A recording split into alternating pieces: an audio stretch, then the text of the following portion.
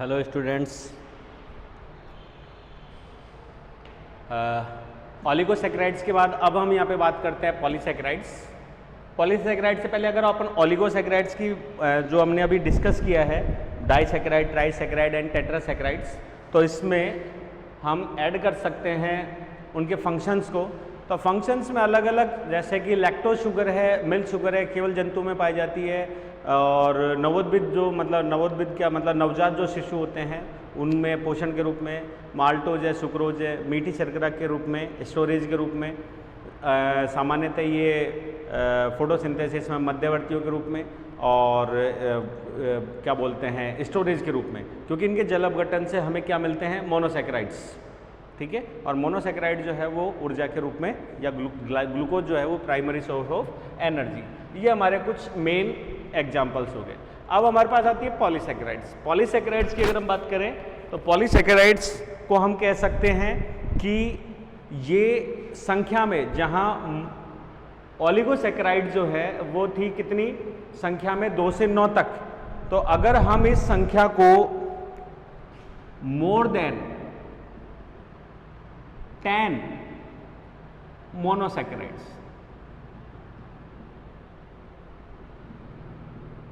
अगर हम इस संख्या को 10 से ऊपर बढ़ा दें, हालांकि अकॉर्डिंग टू साइंटिस्ट जब 2 जुड़ते हैं तो डाई हो गया, 2 से 3 हो गए तो ट्राई हो गया, तो ऐसे में अकॉर्डिंग टू साइंटिस्ट तो ये भी है कि अगर 2 या 2 से अधिक कोई मोनोसैकेराइड जुड़ी हुई हैं तो उसको भी हम पॉलीसैकेराइड्स बोल सकते हैं। इसलिए ऑलिगोसैकेराइड एंड पॉलीसैकेराइड्स की हम बात करें तो इनके बीच में कोई बहुत बड़ा डिमार्केशन नहीं है कि ये मोनो है, ये डाई है। सिंपल वे में जैसे 9 तक हम गिनती में ले सकते हैं तो उन्हें हम 9 तक बात करते हैं, उससे ऊपर की जो है उनको हम एक्स्ट्रा लेने की जगह पॉलीसैकेराइड्स के रूप में रिप्रेजेंट कर देते हैं। पॉलीसैकेराइड्स की संरचना 2 बेसिक कंपोनेंट्स के ऊपर है। पहला, इनके अंदर जो रॉ मटेरियल आ रहा है, जैसे कि मोनोसैकेराइड्स आ रहे हैं, उनकी स्ट्रक्चर पे डिपेंड करता है कि क्या जो पॉलीसैकेराइड बन रही है वो एक ही प्रकार के मोनोसैकेराइड की चेन से बन रही है, अर्थात एक ही प्रकार के मोनोसैकेराइड के बीच में ग्लाइकोसाइडिक बॉन्डेज हो रहा है। ठीक है। दूसरा, अगर अपन वहाँ पे बात करें तो क्या उस पॉलीसैकेराइड की चेन के अंदर एक से ज़्यादा प्रकार के मोनोसैकेराइड्स हैं। इन दोनों के बेस पे मोनोसैकेराइड या पॉलीसैकेराइड्स को हम नाम ले सकते हैं होमोपॉलीसैकेराइड। होमो का मतलब हो गया जिसके अंदर एक ही प्रकार के मोनोसैकेराइड्स हैं। अब यहीं अगर अपन एक नाम लें तो इनको हम ग्लाइकेन्स के नाम से भी जानते हैं, अर्थात पॉलीसैकेराइड्स बेसिक यूनिट कौन सी है, ग्लूकोज। तो ग्लूकोज के मॉलिक्यूल्स इसमें जुड़े हुए हैं, दैट इज ग्लाइकेन्स या ग्लूकेन्स। ठीक है, तो वहां पे हम पहले को तो बोल सकते हैं glucans, these are also known as homopolysaccharide. लेकिन अगर अपन दूसरे की बात करें जिसके अंदर ग्लूकोज नहीं है, बाकी ग्लूकोज के अलावा भी दूसरे सब्सटेंस हैं, तो उनके लिए भी हम यहाँ पे कह सकते हैं दीज आर हेटेरोपॉलीसैकेराइड, और उनको हम नॉन ग्लूकेन्स या ग्लूकेन्स के नाम से भी जानते हैं।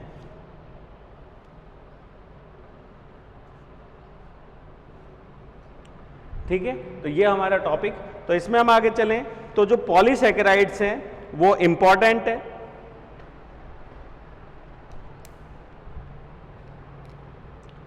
अभी तक हमने बात करी सारों के लिए कि क्रिस्टलीय हैं, तो क्रिस्टलीय तो ये भी होंगे क्योंकि ये भी एक लंबे चेन या फाइबर के रूप में रिप्रेजेंट हो रहे हैं। जल में विलेयता की बात करें तो हम इनको और अल्प कर देते हैं, अल्प विलेय।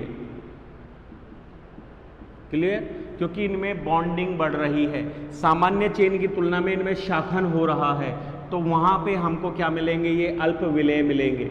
यहाँ पे भी अगर अपन इसकी तुलना करें तो जो होमोपॉलीसैकेराइड्स हैं वो आपको विलेय मिल जाएंगे, लेकिन पॉलीसैकेराइड्स की अगर हम बात करें कौन से, हेटेरो, तो हेटेरोपॉलीसैकेराइड जो हैं जैसे कि काइटिन, ठीक है, हेमीसेल्यूलोज, ठीक है, पैक्टिन, इनकी हम बात करें तो ये जल में अविलेय होती हैं। वहीं अगर अपन होमोसेल्यूलोज की बात करें, मतलब सॉरी होमोपॉलीसैकेराइड्स की बात कर रहे हैं, तो इसमें एग्जांपल आ गया हमारे पास में सेल्यूलोज, ठीक है, ग्लाइकोजन। ये कुछ ऐसे एग्जांपल्स हो गए जिनमें हम कह सकते हैं कि हाँ ये जल में अल्प विलेय या विलेय होते हैं।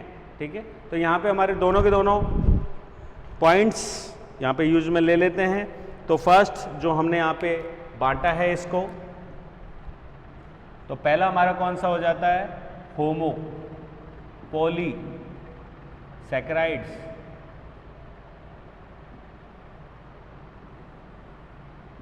होमो को हिंदी में बोले तो वैसे तो होमो ही है, लेकिन होमो का मतलब हो गया समांगी, हेटेरो का मतलब हो जाता है विषमांगी। दूसरा नाम हम इसको दे सकते हैं ग्लूकेंस, वो ग्लाइकेंस।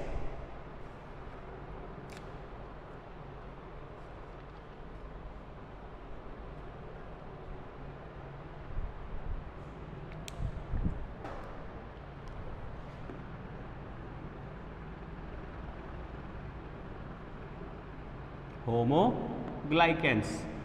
बेसिक कैसे इसलिए दे रहे हैं क्योंकि इसकी जो यूनिट्स हैं, क्या बोलते हैं, बिल्डिंग ब्लॉक्स,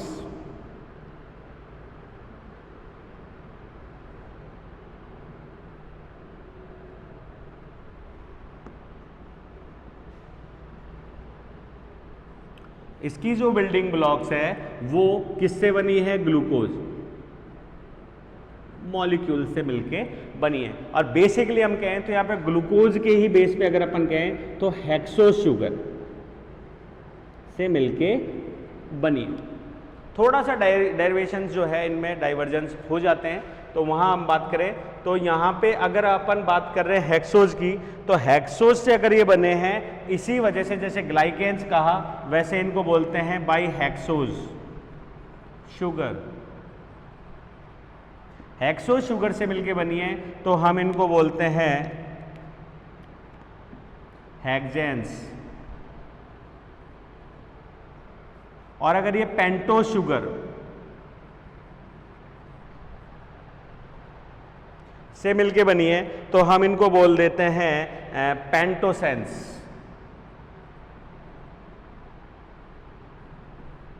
ठीक है, हेक्सोज से बनी है इसलिए जैसे कि ग्लूकोज से बनी है एग्जाम्पल, तो हेक्सेंस जो हमने नाम दिया या हेक्सोसेंस नाम जो दिया तो दैट इज ग्लाइकेंस, क्योंकि ये ग्लूकोज से मिलके बनी है तो इसको हम बोल रहे हैं ग्लाइकेंस। ठीक है, वैसे ही अगर ये मैनोज से मिलके बनी है, मैनोज शुगर से, तो मैनेंस। ठीक है, वहीं ग्लैक्टोज, तो ग्लैक्टोज के लिए हो गया ग्लैक्टेंस। ठीक है, वहीं अगर अपन इनकी बात करें पेंटोज की, तो पेंटोज के अंदर हमारे पास एग्जांपल आ गया कौन सा? जायुलोज।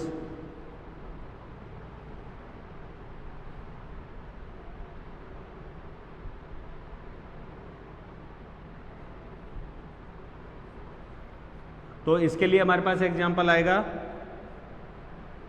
जाइलेंस। तो हम उसी के अकॉर्डिंग इनका क्या कर देते हैं? नामकरण कर देते हैं। दैट इज जाइलेंस, ये हो गया ग्लैक्टेंस, मैनेंस, ग्लूकेंस, फ्रैक्टेंस। जिस चीज से मिलके बनी है उसी नाम से इनको हम रिप्रेजेंट कर देते हैं। एग्जाम्पल जैसे हमारे पास में एक एग्जाम्पल हम जैसे इनुलिन का लें, तो इनुलिन एग्जाम्पल हो जाता है किसका? फ्रैक्टेंस का, क्योंकि उसमें बीटा डी फ्रैक्टोज की ही चेन मिलती है। सेल्यूलोज की बात करें तो उसमें ग्लूकोज की चेन मिलती है सेल्यूलोज के अंदर। वहीं अगर अपन ग्लाइकेंस की बात करें तो उसमें बीटा चेन है, ग्लूकोज में अल्फा चेन है। बस इतना सा अंतर है। तो हम यहाँ पे इनको डिटेल्स में पढ़ लेते हैं। तो होमोग्लाइकेंस की हम यहाँ पे बात कर रहे हैं।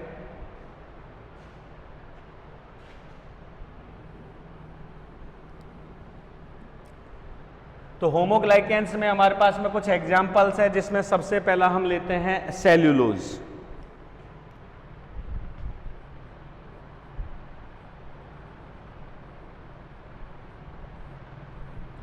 नॉर्मल अगर अपन इसकी श्रृंखला की या इसकी संरचना की बात करें तो ये हो जाता है C6 की जगह C12, H जो है वो 12 कितने हो जाते हैं? 24, लेकिन यहाँ पे वाटर मॉलिक्यूल से 2 मॉलिक्यूल कम हो जाएंगे तो ये कितने हो गए? 22। और ऑक्सीजन जो है वो 12 की जगह कितनी रह जाएगी? 11, क्योंकि इनमें से एक वाटर मॉलिक्यूल निकल चुका है, क्योंकि ग्लाइकोसाइड वो सॉरी कौन से ग्लाइकोसाइड बॉन्ड्स यहाँ पे डेवलप हो चुका है। ये फॉर्मूला रहेगा। तो ऐसे में हमारे पास एग्जांपल आ रहा है सेल्यूलोज। सेल्यूलोज जो है मुख्य घटक है, प्लांट्स में मिल रहा है। ठीक है, और एनिमल्स की हम बात करें तो सेल्यूलोज जो है उसके अंदर नहीं पाया जाता।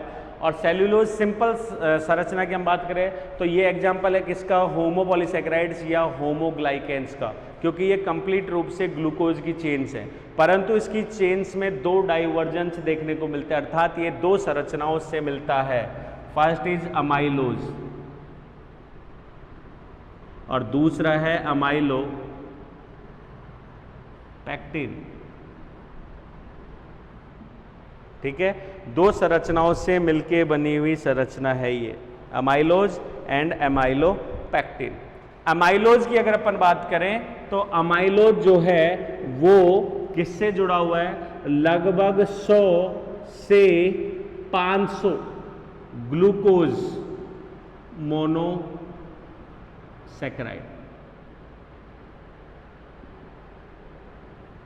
अर्थात एक चेन में ग्लूकोज के कितने हैं, लगभग 500 तक यूनिट हो सकती है, मिनिमम 100 से मैक्सिमम 500 तक यूनिट हो सकती हैं। ठीक है, दूसरी अगर अपन इसी की बात करें तो ये अशाखित ग्लूकोज चेन या श्रृंखला बनाते हैं। ठीक है, तीसरी चीज संपूर्ण जो है कौन सा, सेल्यूलोज की संरचना का ये 15 से 20% भाग होता है। ठीक है, चौथी बस ये कंप्लीट है। इसी की तुलना अमाइलोपेक्टिन से कर लेते हैं। अमाइलोपेक्टिन की बात करें तो इसमें सबसे पहले तो ये ग्लूकोज की शाखित ग्लूकोज चेन बनाते हैं, शाखित ग्लूकोज चेन बनाते हैं। दूसरा पॉइंट, ये लगभग 80 से 85% भाग होता है संपूर्ण सेल्यूलोज का। और उससे बड़ी बात, इसमें लगभग 15 से 20 ग्लूकोज मॉलिक्यूल्स होते हैं, 15 से 20 मॉलिक्यूल्स ग्लूकोज प्रेजेंट होती है। इससे ज़्यादा और दोनों की तुलना करें तो इसमें कौन से बॉन्ड है, इसके अंदर जो ग्लाइकोसाइडिक बॉन्ड है, ब्लू से लिख देता हूं ताकि कंफ्यूजन नहीं हो, ये यहाँ पे ख़त्म हो गया। इसमें कौन से बॉन्ड है, इसमें अल्फा 1 और 4 ग्लाइकोसाइडिक बॉन्ड है। इसकी हम बात करें तो इसमें अल्फा 1 और 4 ग्लाइकोसाइडिक बॉन्ड तो किसके हैं, इसके, और ये आपस में जुड़ी होती है इस चेन से, तो इसमें होता है अल्फा 1 and 6 लिंकेज। डायग्राम से अभी अपन समझ लेंगे। ये इन दोनों के बीच का है सारा। अब अगर अपन कहें तो जो अमाइलोज है ये जल अपघटनी है, एक तरीके से विलेय, जबकि ये चेन होने की वजह से ये हो जाता है अल्प विलेय।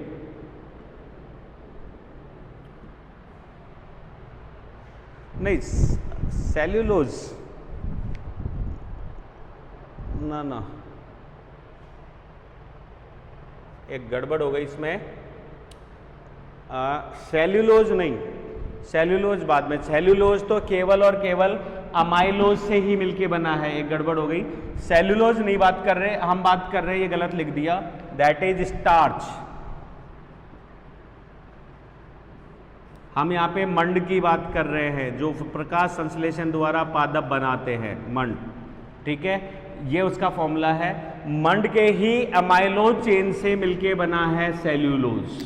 ठीक है, सेल्यूलोज, ग्लाइकोजन्स, ये सारे के सारे एक दूसरे के डेरिवेशन से मिलके बने हैं। तो यहाँ पे हम अगर होमोपॉलीसेकेराइड्स की बात कर रहे हैं तो ये लिख गलत दिया, दैट इज स्टार्च। हम मंड की बात कर रहे हैं, और स्टार्च मॉलिक्यूल जो है दो प्रकार के चेन से मिलके बना है, एक चेन हो गई अमाइलोज और एक चेन हो गई यहाँ पे अमाइलोपेक्टिन। क्लियर है? तो यहाँ पे अमाइलोज का ये कंप्लीट, लेकिन अमाइलोज जो है वो जल में कैसा है, विलेय, और अमाइलोपेक्टिन जो है वो जल में है अल्प विलेय।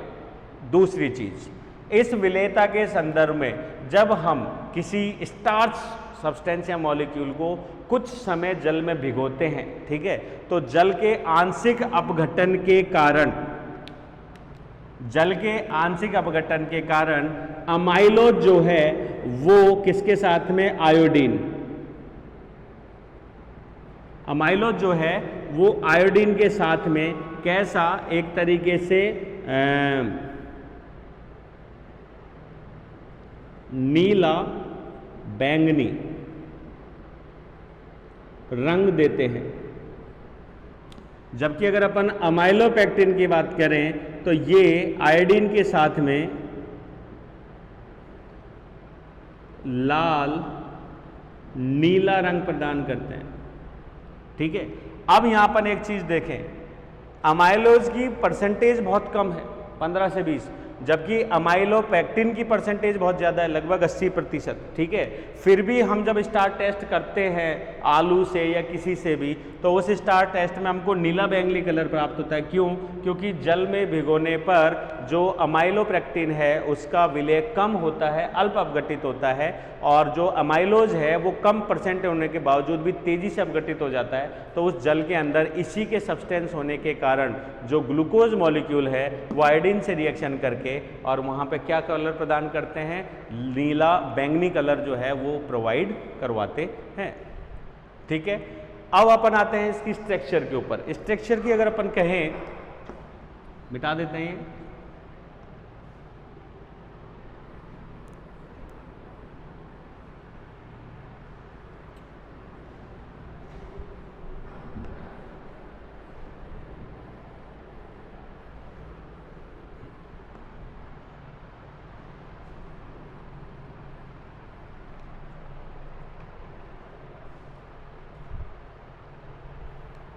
तो हमने यहां पे बात करी है किसकी, alpha glucose, alpha D glucose, alpha D glucose.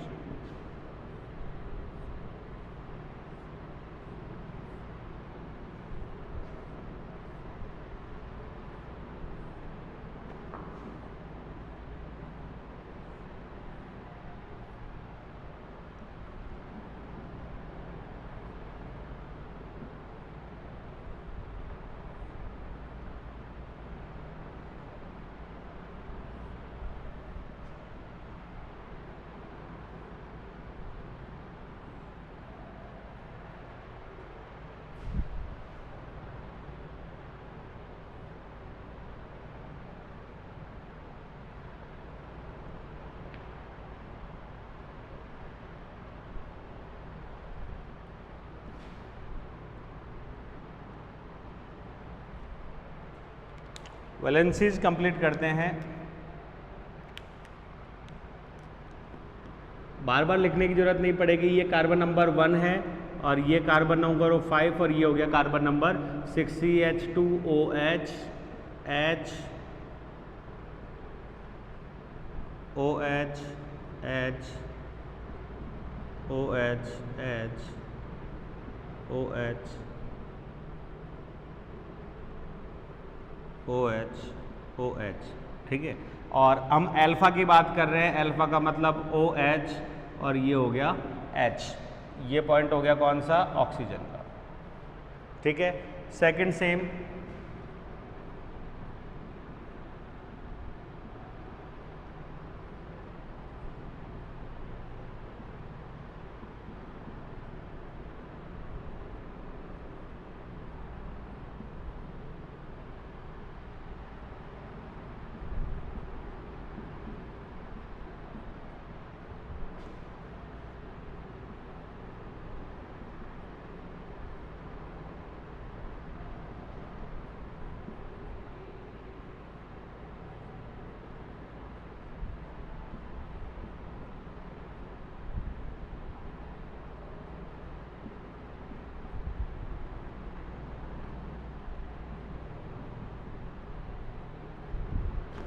That is alpha, alpha alpha position.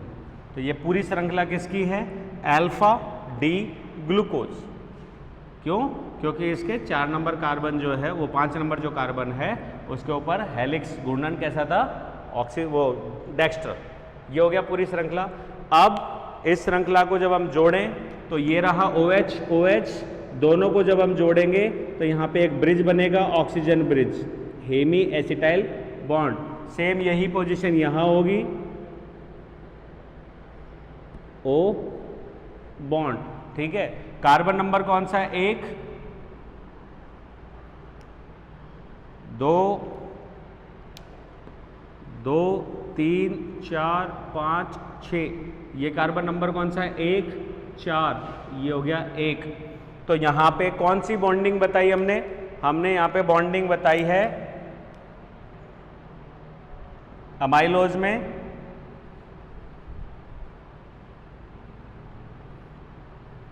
Amylose में बॉन्डिंग हो गई alpha 1 4 linkage,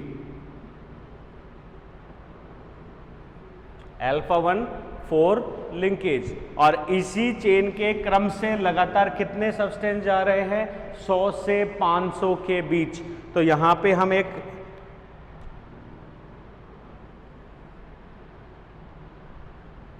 that is an का मतलब एक पूर्ण संख्या। ये हो गई श्रृंखला किसकी? अमाइलोज की। क्लियर है? अब हम बात करते हैं अमाइलोपेक्टिन।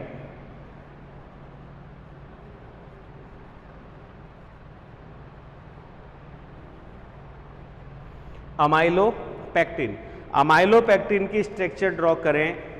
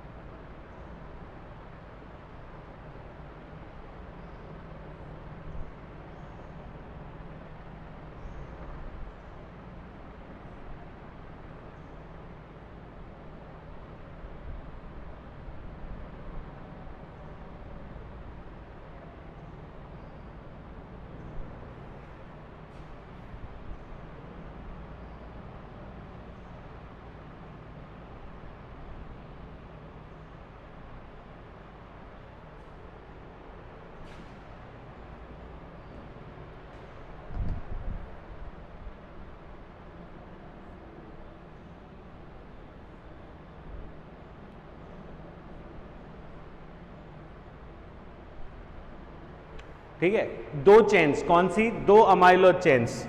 ये हो गया COCCC। इनकी वैलेंसीज की हमको जरूरत नहीं है, हालांकि ये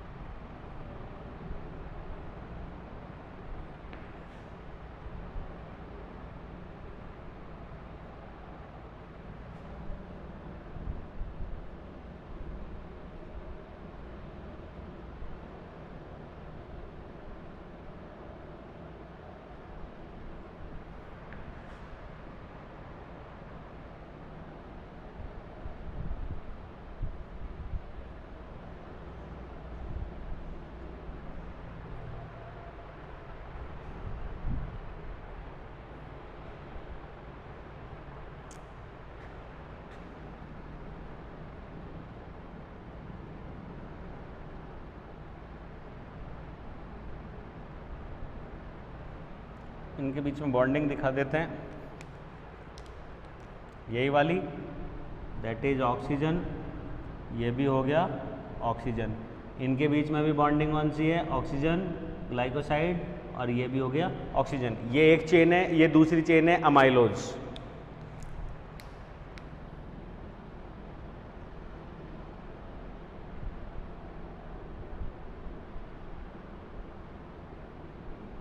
ठीक है, वैलेंसीज पूरी जरूरत नहीं, हमने कंप्लीट डायग्राम बना रखा है सेम वही।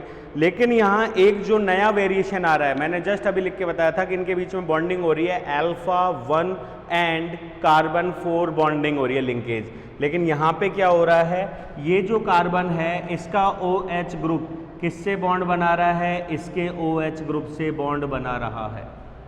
ठीक है, और इस OH को निकाल के अपन बना देते हैं बॉन्डिंग। तो यहाँ पे कौन सी बॉन्डिंग हो गई, का अल्फा 1,6 लिंकेज, अल्फा 1,6 लिंकेज। तो दो बॉन्डिंग्स हमारे बीच आ रही है, इसकी वजह से यहाँ पे क्या बन रहा है, एक शाखन हो रहा है, और दो अमाइलो जो चेन्स हैं वो आपस में क्या हो रही हैं, जुड़ रही है। तो इस शाखन के फलस्वरूप क्या हो गया, यहाँ पे स्थायित्व बढ़ गया और जटिलता आ चुकी है। और इन दोनों कंपोनेंट्स के कारण लगभग अमाइलोपेक्टिन 80% और अमाइलोज कितना है 20%, ये मिलके बनाते हैं कंप्लीट स्टार्च को। जब इनका जल अपघटन करते हैं तो जल अपघटन के फलस्वरूप ये क्या देते हैं, अल्फा डी ग्लूकोज यूनिट्स में ब्रेकडाउन होते हैं, और यही अल्फा डी ग्लूकोज जो है वो ग्लाइकोलाइसिस में रॉ मटेरियल के रूप में काम में आ रही है। इसीलिए स्टार्च जो है रिजर्व फूड मटेरियल के रूप में होता है, प्लांट्स में बहुतायत में मिलता है।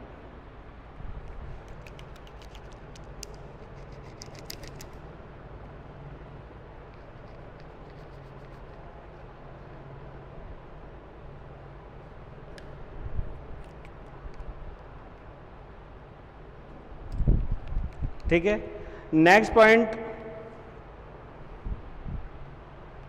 आयोडीन टेस्ट हो ही गया। इसके ब्रेकडाउन की वजह से अमाइलोज जो है वो ब्लू क्या बोलते हैं,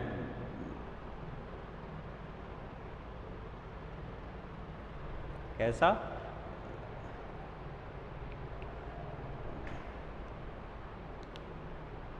लाल, नीला, नीला, ब्राउन, गहरा नीला या नीला क्या बोलता है, भूरा कलर देते हैं, जबकि अमाइलोपेक्टिन जो है वो देते हैं लाल नीला क्या बोलते हैं कलर, आयोडीन की उपस्थिति, दैट इज स्टार्च। सेकेंड हम यहाँ पे जो अभी हमने पहले पढ़ लिया गलती से, सेल्यूलोज।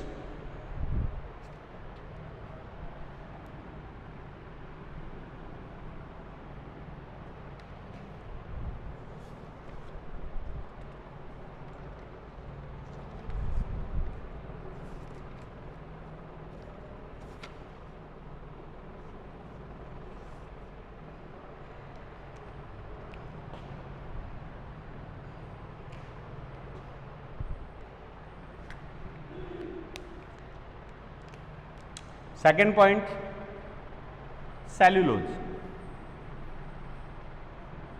सेल्यूलोज की अगर हम बात करें तो ये कार्बोहाइड्रेट जो पॉलीसेकेराइड है, ये भी सबसे ज़्यादा बहुतायत में प्लांट्स के अंदर ही है, एनिमल्स के अंदर ये है नहीं। ठीक है, और इसकी स्ट्रक्चर को हम देखें तो ये बेसिकली पॉलीसेकेराइड में होमोसेकेराइड या होमोग्लाइकेन्स के रूप में, बेसिक स्ट्रक्चर में अगर हम बात करें तो स्टार्च के समान, जहां वहाँ अल्फा डी ग्लूकोज था, यहाँ हम कौन सा यूज में लेंगे, beta D glucose units chains, और इनके बीच में जो लिंकेज है ग्लाइकोसाइडिक वो कौन सा हो जाएगा, बीटा 1,4। अब बीटा स्ट्रक्चर में चेंजेस क्या करेंगे हम, वो चेंजेस ये हो जाएगा कि जहां OH की पोजीशन अल्फा पोजीशन पे थी, अब OH कहाँ चले जाएगा, बीटा पोजीशन पे, दैट इज बीटा। ठीक है, ये पोजीशन सेम रह जाएगी OH। आगे चलिए, ये भी कौन सी हो गई, बीटा, OH और हाइड्रोजन, लिंकेज को भी ब्रेक कर दीजिए, और ये हो गया OH। इसको भी कन्वर्ट कर दीजिए किसमें, बीटा डी ग्लूकोज में, ये हो गया OH and that is H।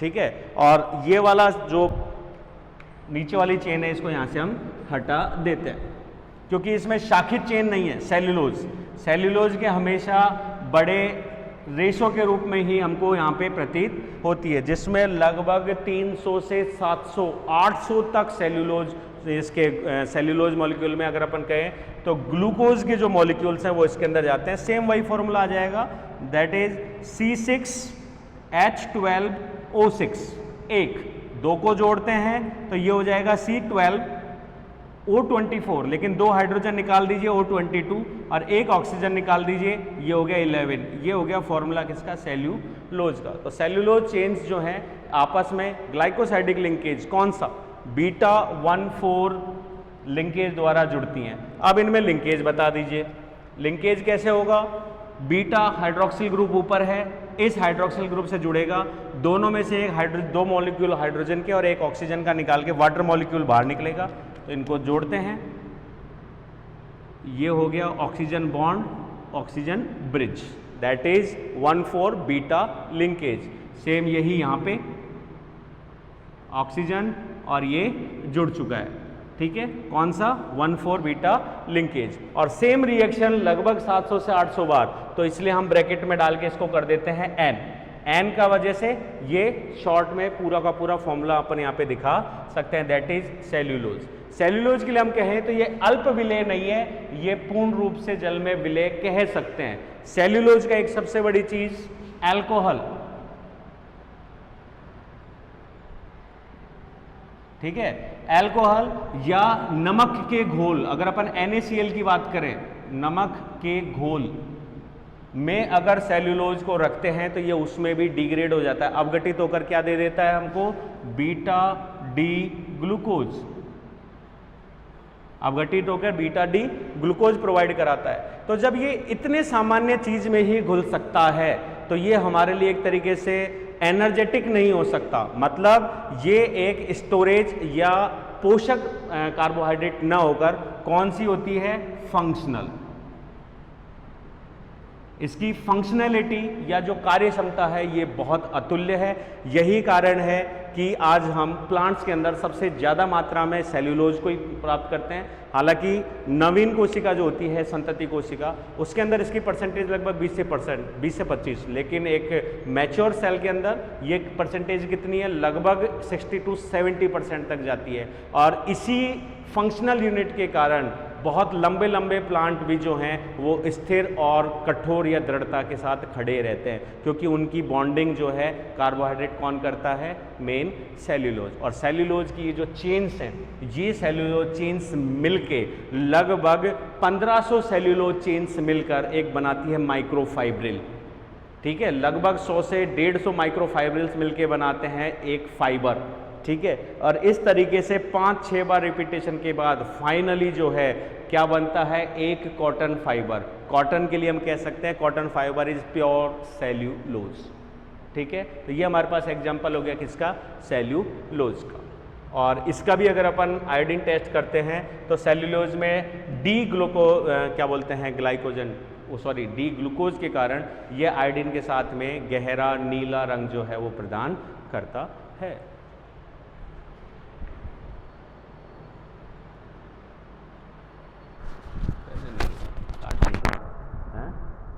सही जा रहा है दैट इज सेल्यूलोज। 2 हो गए हमारे। तीसरा इसमें एक और डिस्कस कर लेते हैं, दैट इज ग्लाइकोजन।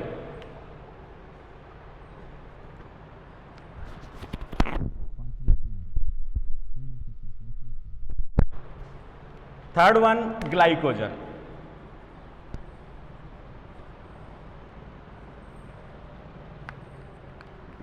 ग्लाइकोजन्स के लिए कहें तो जैसे हमने अभी स्टार्च की बात की थी, प्लांट्स के अंदर रिजर्व मटेरियल के रूप में वही है।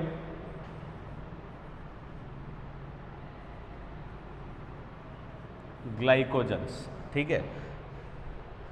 स्टार्च में अभी हमने बात करी, स्टार्च और ग्लाइकोजन की ज्यादातर जो संरचना है वो क्या है, बिल्कुल फिक्स है, सीमित है, कहीं कोई दिक्कत नहीं आ रही।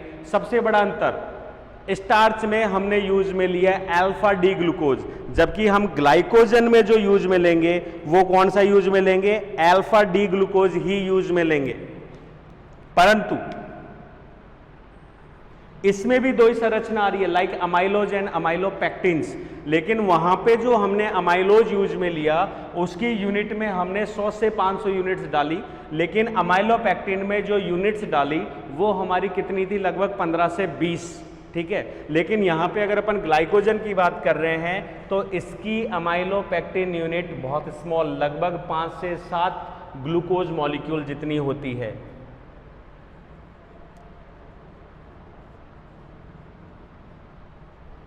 अमाइलोपेक्टिन की हम बात करें तो इसकी अमाइलोपेक्टिन जो है वो बहुत ही स्मॉल, लगभग 5 से 7 ग्लाइकोजन यूनिट्स, जबकि उसमें कितनी थी, ज्यादा। तो संरचनात्मक रूप से बिल्कुल सेम, और हमारी स्ट्रक्चर भी यहां पे चेंज हो जाएगी। बीटा की जगह अब हम वापस कौन सी बनाएंगे, यहां पे अल्फा। बीटा की जगह कौन सी हो जाएगी, अल्फा। H OH नीचे आ जाएगा, O नीचे आते ही यहाँ पे bonding, that is glycosidic bonding. Hydrogen OH नीचे आ जाएगा तो यहाँ पे ऑक्सीजन ब्रिज, और ये हो गया कौन सा, 1,4 अल्फा, बीटा नहीं अल्फा ब्रिज या लिंकेज, और ये भी हो गया HOH, और इसको भी हम ब्रैकेट में N के रूप में रिप्रेजेंट कर देते हैं, जिससे हमारी ये चेन क्या हो जाती है, लंबी। दोनों में एक बेसिक अंतर अपन करें तो ग्लाइकोजन जो है वो एनिमल्स में बेसिक स्टोरेज के रूप में है, प्लांट्स के अंदर नहीं मिलती। वहीं अगर अपन स्टार्च की बात करते हैं तो स्टार्च एनिमल्स में मिलता है क्योंकि वो हर्बीवोरस है, परंतु स्टोरेज जो है ग्लाइकोजन इसका स्टार्च का वो प्लांट्स में होगा, और ग्लाइकोजन का जो स्टोरेज है वो किस में होता है, एनिमल्स के अंदर होता है। अल्फा। अब इसकी अगर अपन अमाइलोपेक्टिन की बात करें तो एक सिंपल स्ट्रक्चर में ये हो गया इसका अल्फा डी ग्लूकोज चेन, ये carbon number 1 that is oxygen, ये कार्बन नंबर हो गया 6 CH2OH, carbon number 5, carbon number 4, carbon number 3 and carbon number 2, और यहाँ पे कार्बन नंबर 6 और कार्बन नंबर 1 के बीच में हम क्या बनाएंगे, यहाँ पे ऑक्सीजन ब्रिज, और ये हमारा नाम कौन सा हो जाएगा, दैट इज बीटा नहीं alpha, alpha, that is alpha 1,6 linkage, ठीक है। ये हमारी चेन हो गई एक तरीके से पूरी ग्लाइकोजन की। तो ये हमारे पास 3 एग्जांपल्स हो गए किसके, होमोग्लाइकेन्स के या होमोपॉलीसैकेराइड्स के। First one is starch, second हमने यहाँ पे पढ़ लिया सेल्यूलोज, एंड थर्ड वन जो है वो पढ़ लिया ग्लाइकोजन, ठीक है। नेक्स्ट हम यहाँ पे करते हैं पॉलीसैकेराइड्स में से हेटेरो पॉलीसैकेराइड्स या नॉन ग्लाइकेन्स या नॉन होमोग्लाइकेन्स।